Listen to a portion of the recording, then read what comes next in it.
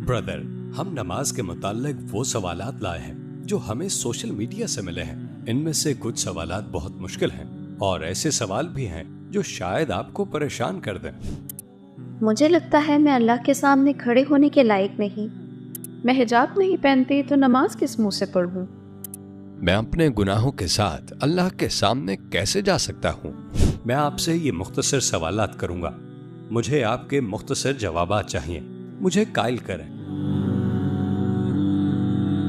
Brother, नमाज के बारे में सबसे मुश्किल चीज ये है, नमाज सिर्फ एक मर्तबा की इबादत नहीं है। ये कभी खत्म ना होने वाली, चलती रहने वाली इबादत है जो हमें मुसलसल करनी होती है। चूंकि ये एक ऐसी इबादत है जिसे रोजाना हर चंद घंटों बाद दोहराना होता है।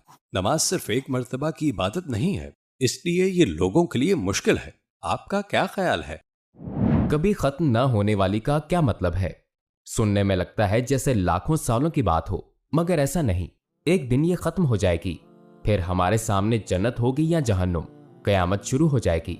जन्नत में ऐसा कोई फर्ज, ऐसी कोई इबादत नहीं होगी। ये इबादत एक दिन खत्म हो जाएगी, ठीक है? 5 साल, 1 साल बाद, हो सकता है कल। जब आप आखिरत की जिंदगी से इसका मुकाबला करते हैं तो 30 साल नमाज पढ़ने की मुशक्कत कुछ भी नहीं है। आखिरत में आपको मिलने वाले इनाम के मुकाबले में ये इतना आसान है जैसे किसी चीज को उंगली से छू लेना। इसके अलावा आपको ये सोचना चाहिए, मसलन क्या हमारे पास गारंटी है कि हम कल तक जिंदा रहेंगे? नहीं, आप पर कल की नमाजों की जिम्मेदारी नहीं है। आप सिर्फ आज की नमाजों के जिम्मेदार हैं। अगर आप कल जिंदा रहे तो फिर उन नमाजों के जिम्मेदार होंगे। तो आप सिर्फ आज की 50 मिनट या 60 मिनट की नमाजों के जिम्मेदार हैं। क्या ये हो सकता है कि मैं अगले हफ्ते या किसी और दिन का खाना अभी खा लूं? नहीं ना, आप हर दिन का खाना उसी दिन खाएंगे। इसी तरह अगर कोई शख्स सोचता है कि वो ये इबादत अगले साल भी करेगा, अगले 10 सालों तक करता रहेगा, तो उसके सब्र और बर्दाश्त की ताकत मुतासिर होगी। फिर आप सोचने लगेंगे ये ना खत्म होने वाली इबादत है। लेकिन अगर कोई ये कहे मैं सिर्फ आज की नमाजों का जिम्मेदार हूं, तो इसका पॉइंट ऑफ व्यू बहुत बदल जाएगा। वो खुशी से ये कहता हुआ नमाज पढ़ेगा कि मैंने नए दिन की शुरुआत की है। मेरी रूह, मेरे दिल को रूहानी ग़िज़ा की जरूरत है। ब्रदर, बिल्कुल आपने मुझे कायल कर लिया।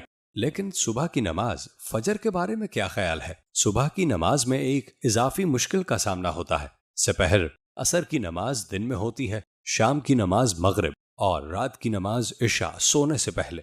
लेकिन एक जुमला है, सुबह की नमाज के लिए नींद से जागना। आप इस बारे में क्या कहेंगे? असल में इसका एक बहुत प्रैक्टिकल तरीका है, लेकिन मुझे यकीन नहीं कि यह सबके लिए बेहतर है या नहीं। अगर आप आसानी से फजर, सुबह की नमाज के लिए उठना चाहते हैं तो रात सोने से पहले 1 लीटर पानी पी लें। आप बहुत आसानी से सुबह उठ जाएंगे। अगर इसे 2 लीटर कर लें तो आप तहज्जुद के लिए भी उठ सकते हैं। इसका रूहानी तरीका यह है, मजबूत यकीन का होना सबसे बड़ा फैक्टर है। दूसरे अल्फाज में, अगर कोई शख्स किताबें पढ़ता है, इस्लामी वीडियो सीखता है, तो इससे उसके यकीन, ईमान और इबादतों को ताकत मिलेगी। सुबह की नमाज फजर के लिए उठने का इम्कान बहुत ज्यादा होगा। मुख्तसरन इसका हल यह है कि ताकतवर रूहानी माहौल में रहा जाए। रूहानी मोटिवेशन आपको नींद से जगा देती है। इसी तरह एक चीज वुजू है। वुजू लोगों के लिए बहुत मुश्किल होता है, खास तौर पर ठंडे मौसम में। सर्दियों में ठंडे पानी से वुजू बहुत मुश्किल है। ब्रदर, हमें इस हवाले से कायल करें। कभी कभी ये वाकई बहुत मुश्किल होता है। पाँव धोने तक आपको बहुत ठंड लगती है, खास तौर पर जब आप बाहर हो या ऐसे घर में जहां हीटिंग सिस्टम ना हो। लेकिन जब आप इसे अपने जहन में ऑटोमेटिक बना लेते हैं तो सुस्ती का कोई मसला बाकी नहीं रहता। मसलन जब मगरिब की नमाज का वक्त होता है तो मैं नहीं कहता मुझे नमाज पढ़नी चाहिए या नहीं। ये सुबह नींद से जागकर अपना चेहरा धोने की तरह एक रूटीन और आदत बन जाती है। खसूसन जो शख्स लंबे अरसे से ये कर रहा हो तो उसके लिए वुजू करना एक रूटीन और आदत बन जाती है। अगर वो 1 साल या 2 साल तक ये करे तो ये एक मुकम्मल रूटीन बन जाती है। तो आपके नमाज ना पढ़ने की वजह वुजू करने में मुश्किल का होना नहीं है। रसूलुल्लाह सल्लल्लाहु अलैहि वसल्लम फरमाते हैं, फजर की 2 रकत सुन्नतें दुनिया और जो कुछ इसमें है उससे बेहतर हैं। सुभान अल्लाह, फजर की नमाज में 2 रकत सुन्नतें पूरी दुनिया और इसकी तमाम चीजों से बेहतर हैं। जब आप अपने अमल के इनाम के बारे में सोचें तो सुस्ती भाग जाती है। तसव्वुर करें, अगर मैं आपसे कहूं कि हम साथ मिलकर 40 दिन तक बॉडी बिल्डिंग करेंगे और आपको बॉडी बिल्डिंग करना पसंद ना हो तो आप कहेंगे सॉरी ब्रदर, मैं ये नहीं करना चाहता। लेकिन अगर मैं ये कहूं अगर तुमने 40 दिन ये किया तो मैं अपनी फेरारी तुम्हें दे दूंगा, क्या फिर आप करेंगे? यकीनन करेंगे। पहले आपने इसे क्यों कबूल नहीं किया? जब आप इनाम के बारे में सोचते हैं तो कहते हैं कि फेरारी के लिए 40 दिन बॉडी बिल्डिंग करना बहुत कम कीमत है। तो मैं आपसे पूछना चाहता हूं कि आखिरत की फेरारी हमेशा की जन्नत के लिए दिन में 1 घंटा नमाज पढ़ने या वुजू करने में सुस्ती करना सही है? ब्रदर, एक सोच ये भी पाई जाती है, मैं बहुत गुनहगार हूं, मैं अपनी जिंदगी में अल्लाह की बड़ी नाफरमानियां करता हूं और तुम मुझे नमाज पढ़ने का कहते हो। अभी मैंने गुनाह किया है, मैंने अल्लाह की नाफरमानी की है, मैं अपने गुनाहों के साथ अल्लाह के सामने कैसे जा सकता हूं? मुझे लगता है मैं अल्लाह के सामने खड़े होने के लायक नहीं। आप लायक नहीं हैं तो हम में से कौन अल्लाह के सामने खड़े होने के लायक है? मेरे ख्याल में यह सही सवाल नहीं है। अगर आप गुनाहों को खत्म करके नमाजें शुरू करना चाहते हैं तो फिर कोई नमाजें शुरू नहीं कर सकता, क्योंकि हम गुनाहों से पाक नहीं हो सकते। क्या हम पैगंबर हैं? नहीं। तो फिर ये सब होता रहेगा। अगर हमारी जिंदगी में कुछ गुनाह हैं तो उन्हीं के साथ नमाजें भी होंगी। इस तरह मैं और आप गुनाहगार मुसलमान होने के साथ साथ नमाजी मुसलमान भी होंगे। चलें अल्लाह के सामने हाजिर होने वाले 2 लोगों को जहन में लाएं। पहले ने गुनाह और हराम काम किए हैं, इनके अलावा रोजाना 5 नमाजें ना पढ़ने का बड़ा गुनाह भी किया है। नमाज ना पढ़ो, गुनाह करते रहो, क्या ये बेहतर है? या वो शख्स जिसने गुनाह तो किए लेकिन नमाजें भी पढ़ी, इनमें से कौन बेहतर है? पैगंबर सल्लल्लाहु अलैहि वसल्लम की एक हदीस मुबारका है जिसे मुस्लिम ने रवायत किया, अगर तुम गुनाह ना करो तो अल्लाह तुम्हें खत्म कर देगा और तुम्हारी जगह ऐसे लोग लाएगा जो गुनाह करके अल्लाह से मगफरत तलब करेंगे। अल्लाह हमसे क्या चाहता है? गुनाह के बाद तौबा करना, यानी गिरना एक नेचुरल बात है, लेकिन अल्लाह ये चाहता है कि हम गिरने के बाद दोबारा उठें और अपना सफर जारी रखें। वो ये नहीं कहता इसने गुनाह किए हैं अब इसकी सारी नमाजें मिटा दो, वो ऐसा नहीं कहता। आप नेकियां भी करते हैं और आपसे गुनाह भी होते हैं।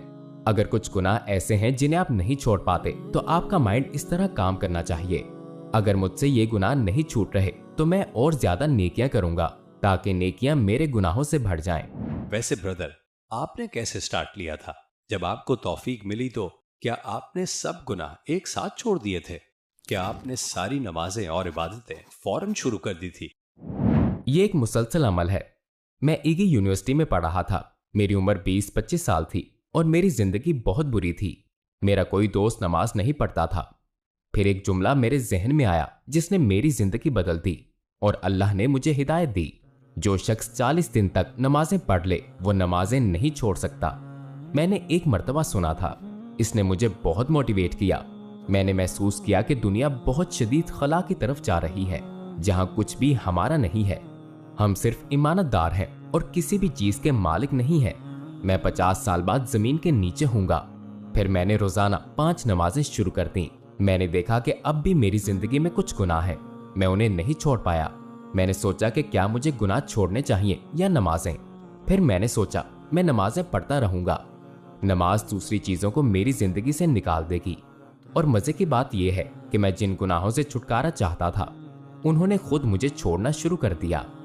फिर एक आयत का तर्जुमा मेरी नजर से गुजरा, सूरह अंकबूत की 45वीं आयत, जिसमें अल्लाह फरमाता है, बेशक नमाज बेहयाई और बुरे कामों से रोकती है। ब्रदर, आपने बहुत अच्छा समझाया, लेकिन कुछ जगहों पर यह काम ज्यादा मुश्किल हो सकते हैं। मसलन हमारे बहुत से दोस्त यूनिवर्सिटी या काम पर जाते हैं।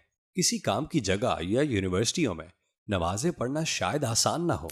क्या ये ठीक है अगर वो दोस्त नमाजों को ताखीर कर दें और उन्हें बाद में अदा करें जब वो ऐसी मुश्किल सूरत हाल में होते हैं? नहीं, मैं ऐसे दोस्तों का संडे टेस्ट करता हूं जो कहते हैं कि मैं स्कूल काम वगैरह की वजह से नमाज नहीं पढ़ सकता। संडे टेस्ट इस तरह से होता है, आप आम दिनों पर काम पर या यूनिवर्सिटी जाते हैं लेकिन संडे को फारिग होते हैं। अगर आप संडे को भी नमाजें नहीं पढ़ते तो आपको ये सोचना चाहिए कहीं शैतान मुझे धोखा तो नहीं दे रहा। इस तरह से सोचें, आप किससे खौफजदा हैं? मतलब क्या आप इससे खौफजदा हैं कि कोई आपको स्कूल में कुछ कह देगा? माजी में जब आपने गुनाह किए उन पर आपको शर्मिंदगी नहीं हुई, तो नमाजें पढ़ते हुए शर्मिंदगी होना क्या कोई मुनासिब बात है? कोई नहीं कहेगा रुक जाओ, तुम काम के दौरान टॉयलेट नहीं जा सकते, ये मना है। टॉयलेट जाने में कितनी देर लगती है?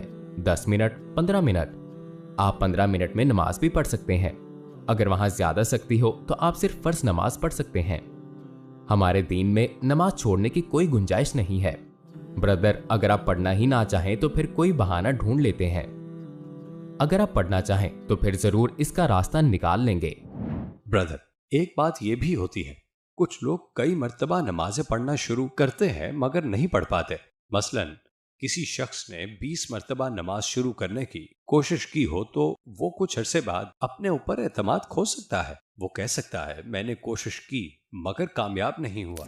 ऐसे लोग भी हैं जिनके ख्याल में उन्हें मोटिवेशन की जरूरत है। आप उनके बारे में क्या कहेंगे? मेरे पास एक तरीका है जो बहुत अच्छा काम करता है। मैं इसे बहाव के साथ बहने का नाम दूंगा। एक ऐसे दरिया का तस्वुर करें जिसमें पानी का ताकतवर बहाव हो।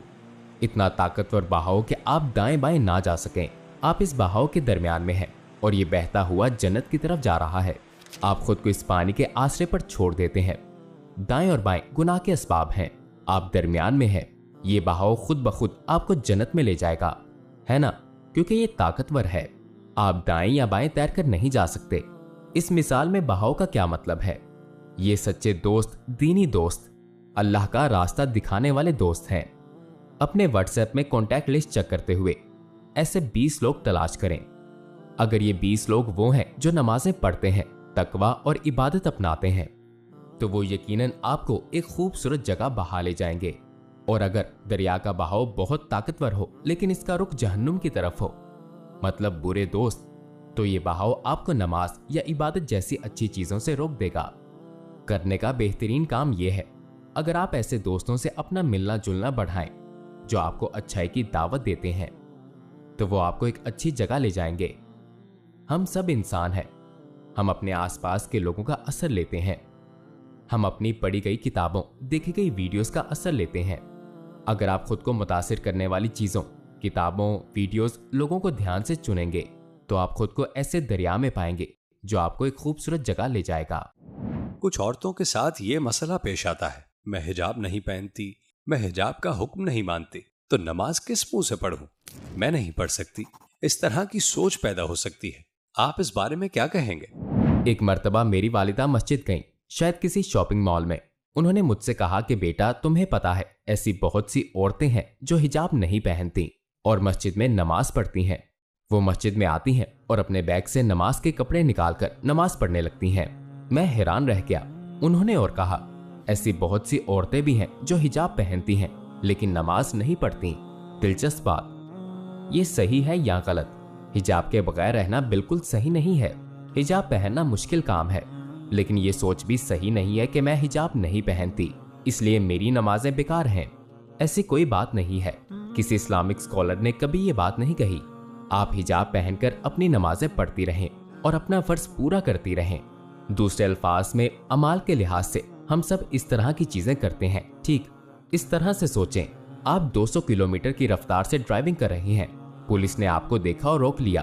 आपने सीट बेल्ट नहीं बांधी थी और रफ्तार की हद से आगे निकल गए थे। पुलिस ने कहा, तुम इतनी रफ्तार से गाड़ी क्यों चला रहे थे? क्या आप कहेंगे कि मैंने सोचा चूंकि मैंने सीट बेल्ट बांधने का रूल नहीं माना था इसलिए मैंने कोई भी रूल ना मानने का फैसला किया? क्या आप ऐसा कहेंगे? नहीं। कम से कम आप सीट बेल्ट के फाइन से बचना चाहेंगे, है ना? हमसे गुनाह हो सकते हैं लेकिन ये हमें किसी भी तरह नमाजें पढ़ने से नहीं रोकते। अगर कोई बहन हिजाब नहीं पहनती तब भी नमाज की बरकत से उसकी दूसरी इबादतें कायम रहेंगी। उसे नमाजें जरूर पढ़ते रहना चाहिए, लेकिन नमाज पढ़ते हुए हिजाब लाजमी पहने। ठीक है, इंशाअल्लाह ये नमाज वक्त के साथ साथ उनके हिजाब पहनने का जरिया बन जाएगी। ब्रदर, जब मैंने पहले नमाज पढ़ना शुरू की तो मुझे बहुत मजा आता था। अब मुझे नमाज में मजा नहीं आता। इसकी क्या वजह है और हल भी बताएं। हाँ, ये नमाज शुरू करने वालों के साथ सबसे आम मसला है। नमाज शुरू करने के असरात बहुत वाज़ेह नजर आते हैं क्योंकि उसकी रूह लंबे अरसे से प्यासी होती है। जब आप भूख लगने पर खाना खाते हैं तो पहले से ज्यादा मजा पाते हैं। बिल्कुल इसी तरह जब कोई नमाज का आदी हो जाता है तो उसकी पहली जैसी भूख बाकी नहीं रहती। उसे मजा पाने के लिए कुछ मायने पर ध्यान देना पड़ता है। उसे अल्लाह की नेमतों को सोचने, अल्लाह के सामने हाजिर होने की जरूरत पर गौर करना पड़ता है ताकि ये मजा उसमें रच बस सके। जब कोई शख्स नमाजें पढ़ना शुरू करता है तो अल्लाह पहले दिन इसे खूब मजा अता फरमाता है ताकि वो इसे जारी रख सके। अल्लाह उस शख्स की हौसला अफजाई करता है, लेकिन कुछ अरसे बाद अल्लाह ये मजा वापस लेकर अपने बंदे की वफादारी को आजमाता है। क्या ये मजे के लिए नमाज पढ़ता रहा था या मजा ना मिलने के बावजूद भी नमाज पढ़ता है? जब वो शख्स मजा ना मिलने पर भी नमाजें जारी रखता है तो वो अपनी वफादारी का सबूत देता है। ये पहले से ज्यादा ऊंचा मकाम है। दूसरे अल्फाज में, नमाज में मजा ना पाना आपको कम दर्जे का मुसलमान नहीं बनाता, बल्कि ये जाहिर करता है कि आप कुछ हासिल कर सकते हैं। वरना इबादत में मुसलसल मजा पाने की ख्वाहिश इसे मशरूत बंदगी बना देगी। अगर अल्लाह मुझे मजा देगा तो मैं नमाज पढ़ूंगा, अगर नहीं देगा तो नहीं पढ़ूंगा। क्या हम इस तरह की बात कह सकते हैं? जाहिर है कि नहीं। सिर्फ मजे के लिए इबादत करना इबादत में खुलूस को कम कर देता है। हमें सिर्फ अल्लाह के लिए इबादत करनी चाहिए। मजा तो बस एक इजाफी चीज है। आखिर में हजरत उमर रजी अल्लाह अन्हो का एक कौल सुनाता हूं। एक दिन एक आदमी ने हजरत उमर रजी अल्लाह अन्हो से कहा, मैं नमाजें नहीं पढ़ता, लेकिन आपका अल्लाह मुझे कोई सजा नहीं देता। हजरत उमर रजी अल्लाह अन्हो ने जवाब दिया, क्या इससे बड़ी भी कोई सजा है? ब्रदर, आखिरी सवाल, आप उन लोगों को क्या कहना चाहेंगे जो अभी भी कायल नहीं हुए? अपनी जिंदगी को देखें। आप इस दुनिया में सांस क्यों ले रहे हैं? आप क्यों जिंदा हैं? जिंदगी का मकसद क्या है? हाई स्कूल से फारिग होना, यूनिवर्सिटी से ग्रेजुएट करना, ठीक है। फिर मुझे अच्छी जॉब मिल जाएगी, ठीक है। फिर मैं बहुत सा पैसा कमाऊंगा और अमीर हो जाऊंगा, ठीक है। फिर ये सब जरिए हैं। आप जा किस तरफ रहे हैं? ये ना बताएं कि जा कैसे रहे हैं। आपका मकसद क्या है? क्या ये सब इंसान के मकसद हैं? लोग जॉब इंटरव्यू में एक सवाल करते हैं। वो पूछते हैं कि आप अगले 10 साल में खुद को कहां देखते हैं? मेरा ख्याल है आपको खुद से ये सवाल करना चाहिए, आप खुद को 100 साल बाद कहां देखते हैं? ये बहुत संजीदा सवाल है। ये सोचें 100 साल बाद आप कहां होंगे? मैं जवाब देता हूं, आप यकीनन जमीन के नीचे होंगे, चाहे कोई भी हो। क्या आप मुसलमान हैं? हाँ, हम हैं। दीन इस्लाम का सबसे बड़ा हुक्म क्या है? नमाज। आपने क्यों नहीं पढ़ी? आप दिन के 12 घंटे काम करते थे। आपकी एक मखसूस तनख्वाह थी। आपने अपने बॉस के लिए बहुत मेहनत की। आपने नमाजें पढ़ने से कहीं ज्यादा मुश्किल काम किए। किस लिए? पैसे के लिए। दूसरी तरफ आपका रब आपको हमेशा की जन्नत देता है, हमेशा की, कभी खत्म ना होने वाली जन्नत। वो आपसे कोई मुश्किल काम नहीं चाहता। वो दिन में सिर्फ 1 घंटे की नमाजें चाहता है, जो दिन का सिर्फ 4% हिस्सा बनता है। नमाज कोई ऐसी चीज नहीं जो आपको मुश्किल में डाले या आपकी कमर पर बोझ लाद दे। लोग पैसे देकर मराकबे करते हैं, ज़हनी सुकून के लिए, रूहानी सुकून के लिए पैसे खर्च करते हैं। नमाज आपको ज़हनी सुकून और इस दुनिया में सलामती अता करती है। यह आपको इस दुनिया में खुश रखती है और आखिरत में हमेशा की जन्नत का जरिया बनेगी। अगर नमाज ना पढ़ना माकूल बात है तो ना पढ़ें। एक मखसूस तनख्वाह है जिसके लिए आप 12 घंटे काम करते हैं। दूसरी तरफ हमेशा की जन्नत है। लेकिन आप कहते हैं, मैं हमेशा की जन्नत के लिए दिन में 1 घंटा नमाज नहीं पढ़ना चाहता। ये बिल्कुल नामकूल बात है। अजान के अल्फाज हैं, हय्य अलस सलाह। अल्लाह फरमाता है, आओ नमाज की तरफ। वो आपको बुलाता है और आप गोया ना जाकर कहते हैं, मैं नहीं आ रहा, मैं नहीं आ रहा, ए अल्लाह। आप अपनी जबान से ये नहीं कहते, लेकिन आपका नमाज ना पढ़ना दरअसल यही कहता है। आप अपने बर्ताव से ये बात कहते हैं, आप अपने अमल से यही कहते हैं, मैं तेरे सामने हाजिर नहीं होना चाहता, मेरा दिल नहीं चाह रहा। अपनी तनख्वाह और मजेदार जिंदगी की खातिर मैं बॉस के लिए सब करने को तैयार हूँ, लेकिन अल्लाह तेरे सामने हाजिर होने और हमेशा की जन्नत पाने में मुझे कोई दिलचस्पी नहीं है। आप जबान से ये सब नहीं कहते, लेकिन हकीकत में कह रहे होते हैं। अपना हाथ अपने दिल पर रखें और मुझे बताएं, क्या ये काम आपके लिए बहुत मुश्किल है? अपने आसपास नमाज पढ़ने वालों को देखें, क्या उन्हें इस पर अफसोस है? पूछ कर देखें, क्या कोई कहता है मुझे अफसोस है, मैं 5 साल से नमाजें पढ़ रहा हूँ? ठीक है, अगर वो ये कह दें तो फिर नमाज ना पढ़ना, बल्कि वो तो आपसे कहेंगे कि अल्हम्दुलिल्लाह, नमाजें शुरू करना मेरी जिंदगी की बेहतरीन चीज है। फिर भी आप किस बात का इंतजार कर रहे हैं? सारी अगर मगर छोड़ें। मैं स्कूल से फारिग होने वाला हूँ, मेरी शादी होने वाली है, इसके बाद नमाज शुरू करूंगा। जब मेरी जिंदगी आसान और सेट हो जाएगी फिर शुरू करूंगा। मैं शुरू करना चाहता हूँ, लेकिन मेरा काम, मेरा माहौल अभी साजगार नहीं है। स्कूल का माहौल साजगार नहीं है। ब्रादर, सारे अगर मगर निकाल दें, उन्हें अपने पैरों तले कुचल दें, दूर फेंक दें। ये सब बातें शैतान की तरफ से हैं। इन्हें भूल जाएं। ऐसे अपना हाथ ऊपर उठाएं, कहें अल्लाहू अकबर। सारी दुनिया को पीछे कर दें, कहें अल्लाहू अकबर। कहें मेरे रब मैं तेरे सामने हाजिर हूं। कहें मैं तौबा के लिए आया हूं। मेरे रब मैं तेरे पास आ चुका हूं। अपने हाथ अपने पेट के ऊपर रखें और इन्हें सख्ती से पकड़ लें। अपनी जाए नमाज बिछाएं। आपका कोई खर्चा नहीं आएगा और हमेशा की जन्नत मिल जाएगी इंशाअल्लाह। अगर अल्लाह किसी चीज का हुक्म दे दे तो बस वो करना है। क्या अल्लाह से सौदेबाजी करना मुमकिन है? क्या आप नहीं समझते कि ये शैतान की चाल है? कब्रिस्तान देखें, लोगों से भरे पड़े हैं, नमाज को टालने वालों से भरे पड़े हैं। ऐसे लोगों से भरे हुए हैं जो कहते थे कसम से अपनी जिंदगी सेट होते ही नमाज शुरू कर दूंगा। मेरा माहौल साजगार नहीं है, इसलिए मैं बाद में नमाजें पढ़ूंगा। ये कहना बेवकूफी है, मैं बाद में पढ़ूंगा। कब्रों में पड़े करोड़ों लोग तौबा करना चाहते हैं। नमाजों को टालने की वजह से आज वो कब्रों में तकलीफ में हैं। कहें बिस्मिल्लाह, अपनी जाए नमाज बिछाएं और कहें मेरे अल्लाह मैं तेरा हो चुका हूँ। सब अगर मगर खत्म हो चुके हैं, मैं तेरे सामने हाजिर हूँ।